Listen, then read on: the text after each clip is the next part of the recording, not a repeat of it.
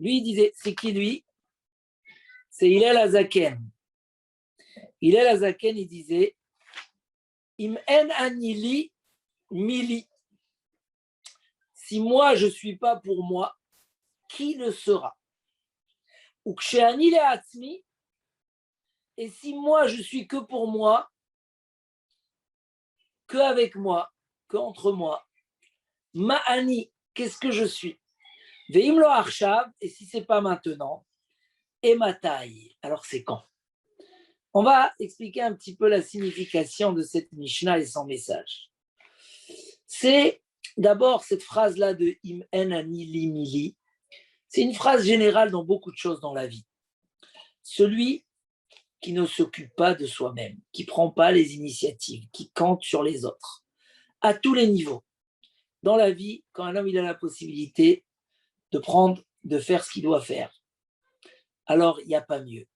Parce que ce qu'on fait nous-mêmes, c'est notre richesse. C'est à nous. Et on s'en sort beaucoup mieux que celui qui est tout le temps en train de compter sur les gens et qu'il rencontre beaucoup de déceptions. Parce qu'on ne peut pas toujours compter sur les gens. Et les gens ne sont pas toujours là. Ils ne sont pas tous dans la mida du chesed pour pouvoir nous assurer ce qu'on attend d'eux. Donc, c'est une règle générale. Mais venez, on va voir qu'est-ce que Hillel Azaken voulait nous dire. La première chose, il dit comme ça. Im en ani li mili. Il dit Rabbeinu Yona.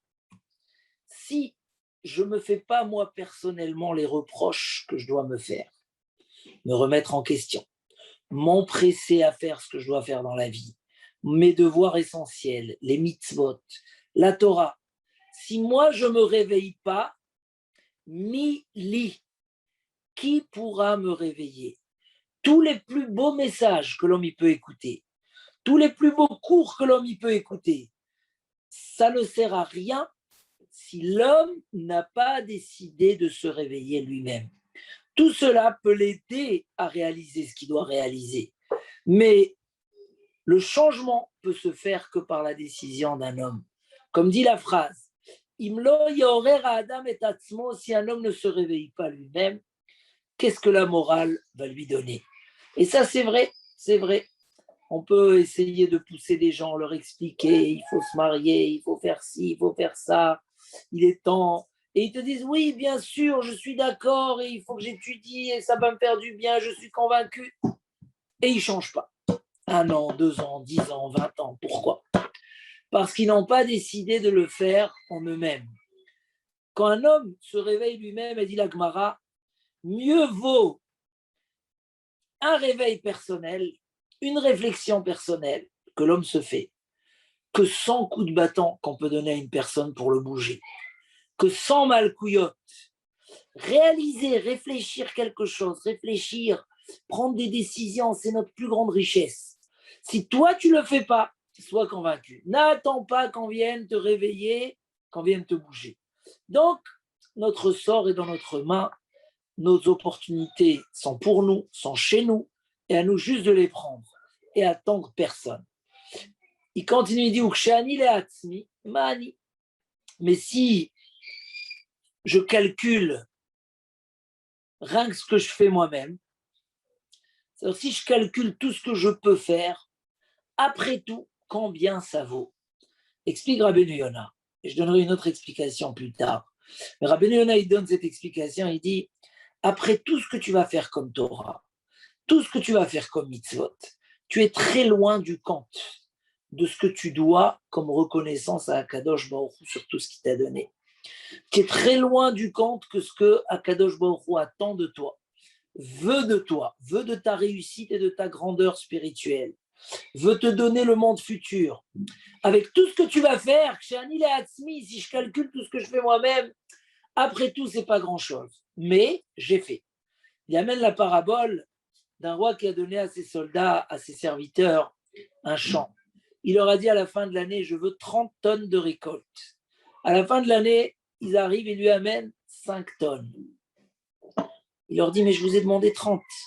Ils lui ont dit, notre cher roi, le terrain que tu nous as donné, c'était un terrain de très mauvaise qualité. Celui qu'on appelle dans la Gemara Ziborit, le champ. Et déjà, qu'on a réussi à faire sortir 5 tonnes, c'est énorme. Un homme va arriver au Olam Haba, au monde futur, Dieu va lui dire, alors, est-ce que tu as utilisé toutes les forces que je t'ai données? Est-ce que tu as fait la bracha que je t'ai donnée? Est-ce que tu as su utiliser? Il va dire oui, j'ai fait tous les jours la prière, le Shabbat, j'ai fait de la tzedaka, j'ai fait du chesed. On va dire, mais tout ce que tu as fait, c'est quoi? C'est trop peu. Tu as vu tout ce qu'on t'a donné pour faire? Si au moins il a fait le max, alors c'est très bien. Kadosh Baruch Hu va être très content. Mais s'il n'a pas fait, parak, il est loin du résultat. Mais il est même loin de l'effort et de ce qu'il peut faire. Et ça, c'est très pénible. Et dans notre vie, aussi, c'est comme ça. Un jour, un homme, il se retourne, il voit que les cheveux blancs arrivent, que les anniversaires avancent, il a déjà des années, il passe, il se tourne, qu'est-ce que j'ai fait dans ma vie? Et à ce moment-là, s'il peut dire, j'aurais pu faire plus, mais j'ai fait le max, alors il peut être rassuré. Mais sinon, aïe, aïe, aïe, même avec ce qu'on fait, on est encore loin du compte. Ça ne vient pas nous décourager, mais au contraire, se dire, tout ce que je peux faire, je dois faire. Il nous dit, Shlomo Amelech, Kol asher bekochacha la'asot aseh. Tout ce qui est dans tes moyens de faire fait, parce qu'un jour tu ne pourras plus faire. Tu n'auras plus ce libre arbitre et cette chance et cette richesse. On voit les gens, je ne vais pas amener des exemples, mais des fois c'est des enfants supplémentaires dans la famille, c'est un monde entier. Des fois c'est des mitzvot supplémentaires. Des fois c'est un homme qui a une bracha exceptionnelle, mais il donne tous les ans comme il a donné la première année quand il gagnait 1 000 €. Il reste sur la même chose. Les opportunités qu'Hachem lui donne, il ne les utilise pas. Et il faut savoir que Hachem attend de nous. Il nous a envoyés pour une mission et il veut nous donner la récompense sur cette mission. Et quand bien tu as réussi à t'approcher du score, la réussite, elle est grande. Et combien de regrets, comme c'est marqué dans le Chovot Alvavot, à celui qui a passé les journées où il y avait la foire, où il y avait le marché, où il y avait les grands rendez-vous, et il n'a pas profité. Il n'y a pas un plus grand regret que ça. Celui qui a profité est heureux, celui qui a perdu regrette. Et ça, dans la vie, c'est très important de se dire toujours. Pas de paresse, pas de fainéantisme, pas de calcul faux. Allons-y, ce qu'il faut faire, on doit le faire. Et on doit savoir que le résultat va être en fonction des efforts. Et vu qu'on sait que la route est tellement longue, alors au moins essayer d'arriver le plus haut possible. Ça, c'est que chez Ani la Hatzmi Ma'ani. Veim lo arshav et matai. Si c'est pas aujourd'hui, c'est quand? Il dit, le Yetzer Hara cherche beaucoup à nous dire plus tard, demain, un jour. Mais il dit, premièrement, tu n'es pas sûr de te libérer. Tu n'es pas sûr que ce que tu dis, je ne fais pas aujourd'hui, que tu pourras le faire demain. Et combien d'empêchements un homme il a dans la vie, et il croit qu'il pourra faire tout ce qu'il voudra, il n'arrive pas à le faire. Mais même si tu vas réussir à le faire, les journées que tu as perdues, les opportunités que tu as perdues, c'est perdu. Camarnon. Chacun dans sa vie, il sait qu'il a raté des occasions dans certaines choses, et il peut que les regretter. Mais quand c'est au niveau spirituel, le regret peut être très lourd. Parce que des fois, c'est une année entière de prière qui est perdue. C'est 10 ans d'études qui sont perdus. C'est des milliers de tzedaka et de chesed qui sont tombés à l'eau. Et ça, le regret, il est terrible. Un homme, il doit se dire tous les jours, Imlo Arshav et ma taille. Si c'est pas maintenant, alors c'est quand? Rien ne te garantit, c'est peut-être jamais. Alors fais-le tout de suite. Et comme nous dit le roi Shlomo, rappelle-toi de ton créateur tant que tu es encore dans les années où tu choisis, où tu as le libre arbitre, tu es maître de ton libre arbitre. Alors rappelle-toi de ton créateur, parce qu'il y a des jours qui arrivent et c'est plus toi qui choisis, c'est pas toi qui décides. Les occupations sont énormes, les dérangements sont grands. Et tant que tu es jeune ou tant que tu as encore l'opportunité, saisis l'occasion. Ne dis pas demain à ce que tu peux faire aujourd'hui. Quand l'ange de Esav, il a dit à Yaakov, dans la dispute là, toute la nuit, il lui a pleuré. Rachid dit que l'ange, il a pleuré. Depuis quand un ange, il pleure? Il lui a pleuré, il lui a dit, s'il te plaît, tu veux que je t'avoue les bras, je te donne les bénédictions. Dans quelques jours, on doit se rencontrer avec Dieu. À Beth-El, il y aura toi, moi et Dieu, Et on va valider les brachot, les bénédictions que tu as pris.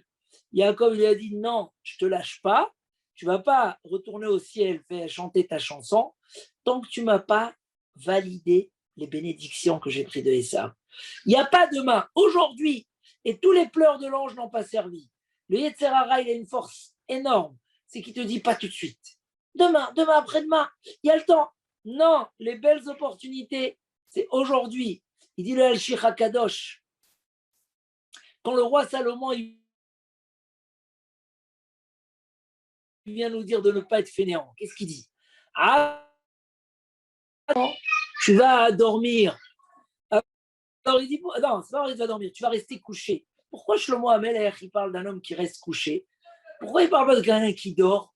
Il dit parce que quand quelqu'un il se réveille le matin et il veut se lever comme un lion pour faire ce qu'il a à faire et faire sa tfila et faire ses mitzvot, le Yetzer Hara lui dit ok, je ne peux pas t'empêcher à le faire, mais au moins reste couché dans ton lit encore quelques minutes et après tu iras faire. Et entre-temps, hop, tu te rendors et tu as raté la mitzvah. Donc, voilà, ça c'est le message de Veim lo achshav et matai. Si ce n'est pas maintenant, c'est peut-être jamais. Mais avant de terminer, je vais vous donner aussi l'explication du Sfat Emet. Sfat Emet, il donne notre explication sur cette Mishnah. Il dit Imen anili mili. Chaque homme est venu dans ce monde avec une mission particulière, propre à lui. Et on lui a donné les capacités de la faire. On lui a donné tout, on l'a mis dans la ville, dans l'endroit, dans la famille, selon sa mission. Et si toi, tu ne fais pas ta mission, personne ne peut te remplacer. Tu es unique dans cette mission.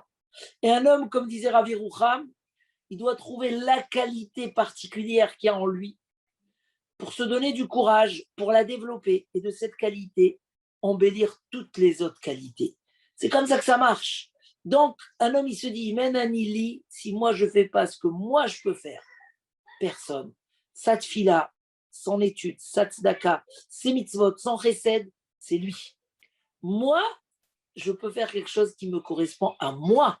Et c'est comme ça que j'accomplis ma mission. Mais que chez Anile Atzmi, Mahani. Si la mission, je l'accomplis, mais je la garde que pour moi, qu'est-ce qu'elle vaut?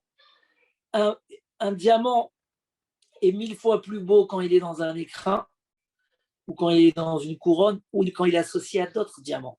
Un homme, après qu'il a fait sa mission et qu'il n'a pas compté sur les autres, il faut qu'il associe sa mission à celle du peuple d'Israël. Toujours se dire que ce que j'ai réussi, ce que j'ai fait, soit pas que pour moi, que j'associe ça et que tous ceux qui font autour de moi comme moi, mais chacun dans son rôle, alors on fait une couronne à Akadosh Baruch Hu. On fait un ensemble, c'est la force du Tzibour, la Tfila Betzibour, des shiurim qui sont faits parce qu'il y a un groupe qui se forme, des projets qu'on fait avec plusieurs, des bâtés midrashot. Ça, c'est que tu as pris ta mission, tu l'as réussi et tu l'as associée aux autres. Parce que chez Anil et Atzmi, si je la garde que pour moi, ma Ani, elle ne vaut pas grand-chose. Veimlo Arshav et Matai. Si tu ne commences pas tout de suite sa mission, quand tu vas la faire, peut-être que tu aurais perdu un quart de ta mission, la moitié de ta mission. Ok, tu vas commencer dans 10 ans, mais ta mission, elle était longue, elle était importante. C'est comme quelqu'un qui devait amener tant et tant d'enfants dans le monde, et à la fin, il n'en a amené que la moitié. C'est comme quelqu'un qui devait faire tant et tant de mitzvot, et il a fait que la moitié. C'est comme quelqu'un qui devait construire des trucs, et il a fait que la moitié. Donc, tu ne peux pas t'amuser avec ça. Donc, prends la chance, les forces qu'Hachem t'a données à toi, selon où tu es, selon les difficultés qu'il y a autour de toi, et fais de ça une grandeur, Bezrat Hachem. Alors, qu'on se renforce d'être Baruch Hachem, de même qu'on vient à des shiurim, qu'on est fort dans nos mitzvot, voilà, d'avoir toujours cet élan de dire, et maintenant, et avec tout le monde, mais dans ma particularité, selon ce que moi je peux faire, je vais servir à Kadosh Baruch. Chazak, Chazak, Venit Chazek.